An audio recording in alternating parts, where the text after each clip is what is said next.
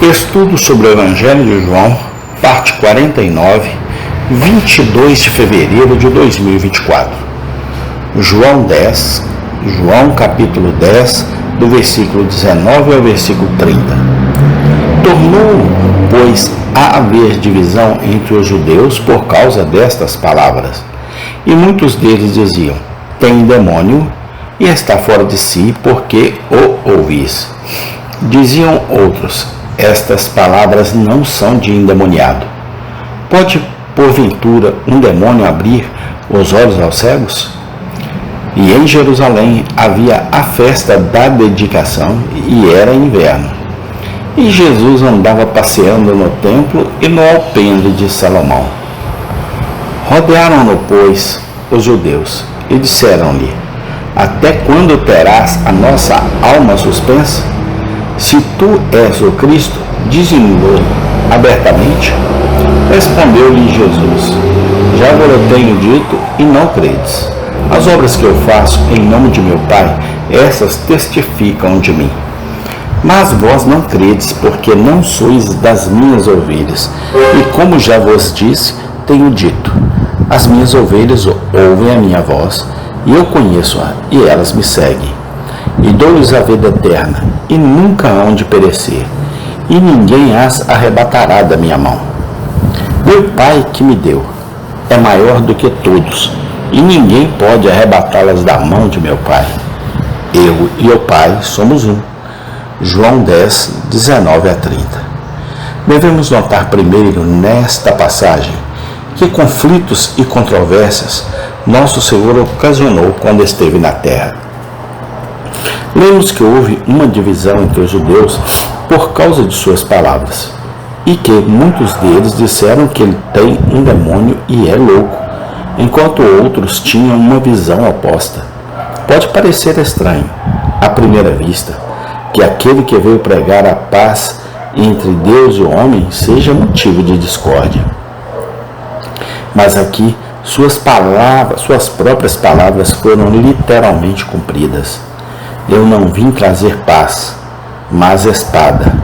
Mateus 10, 34. A culpa não estava em Cristo ou sua doutrina, mas na mente carnal de seus ouvintes judeus.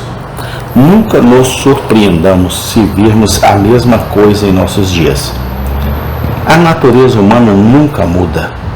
Enquanto o coração do homem estiver sem graça, devemos esperar vê-lo não gostar do Evangelho de Cristo. Assim como óleo e água, ácidos e álcalis não podem se combinar, da mesma forma, as pessoas não convertidas não podem realmente gostar do povo de Deus. A mente carnal é inimizade contra Deus. O homem natural não recebe as coisas do Espírito de Deus. Romanos 8, 7. 1 Coríntios 2, 14. O servo de Cristo não deve achar estranho se passar pela mesma experiência que seu mestre. Ele muitas vezes achará seus modos e opiniões na religião a causa de conflitos em sua própria família. Ele terá que suportar o ridículo, as palavras duras e a perseguição mesquinhas dos filhos deste mundo. Ele pode até descobrir que é considerado um tolo ou um louco por causa de seu cristianismo. Que nenhuma dessas coisas o mova. O pensamento de que ele é um participante das aflições de Cristo deve fortalecê-lo contra todas as provações. Se chamaram o dono da casa de Belzebu, quanto mais os chamarão de sua casa. Mateus 10, 25. Uma coisa, de qualquer forma, nunca deve ser esquecida. Não devemos nos permitir pensar mal da religião por causa das contendas e dissensões que ela provoca. O que quer que os homens digam, e a natureza humana, e não a religião, que é a culpada. Não culpamos o glorioso sol porque seus raios extraem vapores nocivos do pântano? Não devemos criticar o glorioso Evangelho, se ele desperta as corrupções dos homens e faz com que os pensamentos de muitos corações sejam revelados. Lucas 2,35. Devemos notar, em segundo lugar, o nome que Cristo dá aos verdadeiros cristãos. Ele usa uma expressão figurativa que, como toda a sua linguagem, é cheia de profundo significado.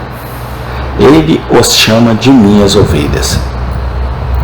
A palavra ovelhas, sem dúvida, aponta para algo no caráter e nos caminhos dos verdadeiros cristãos.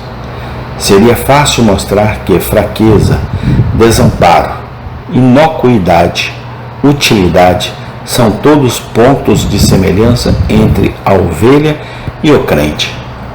Mas a ideia principal na mente de nosso Senhor era a total dependência das ovelhas de seu pastor.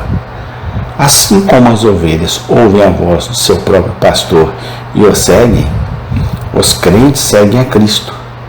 Pela fé eles ouvem o seu chamado. Pela fé eles se submetem à sua orientação. Pela fé eles se apoiam nele e entregam suas almas implicitamente à sua direção. Os caminhos de um pastor e suas ovelhas são uma ilustração muito útil da relação entre Cristo e o verdadeiro cristão. A expressão minhas ovelhas aponta para a estreita ligação que existe entre Cristo e os crentes. Eles são seus por doação do Pai, seus por compra, seus por chamado e escolha, e seus por seu próprio consentimento e submissão de coração. No sentido mais elevado, são propriedades de Cristo, e assim como um homem sente um interesse especial por aquilo que comprou por alto preço e fez seu, assim também o seu Jesus sente um interesse peculiar por seu povo.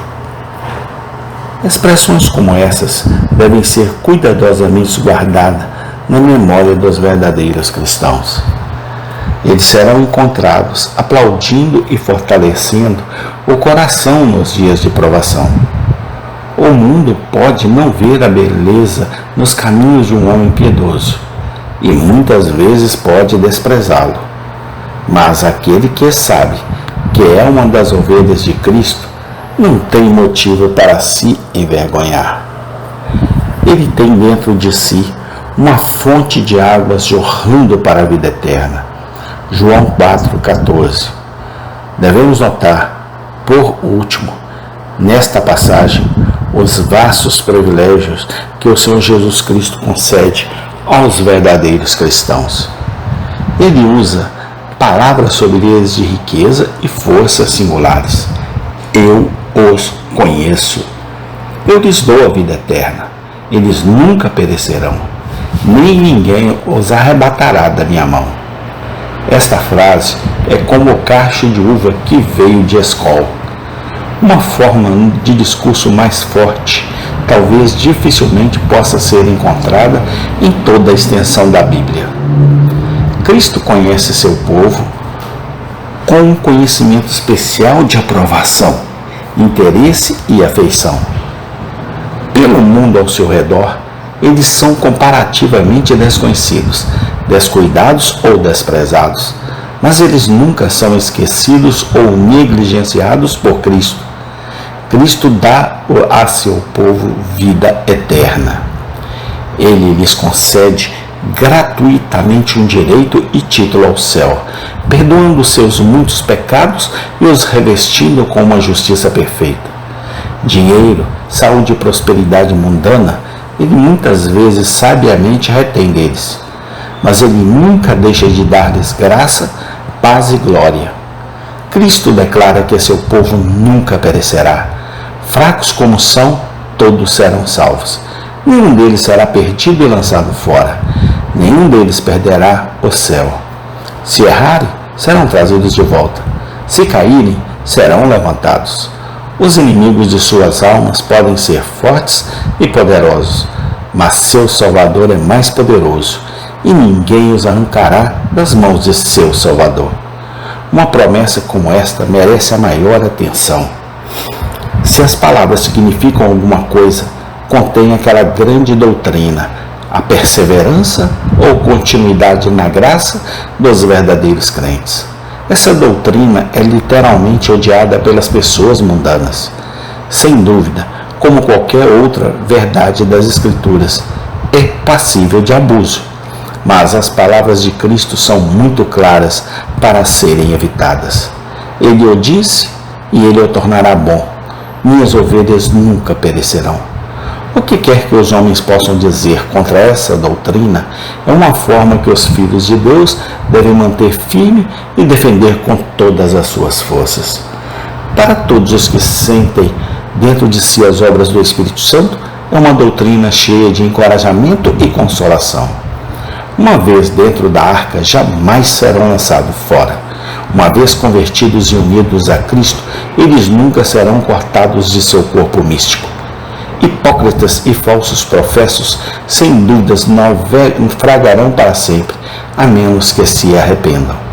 Mas as verdadeiras ovelhas nunca serão confundidas.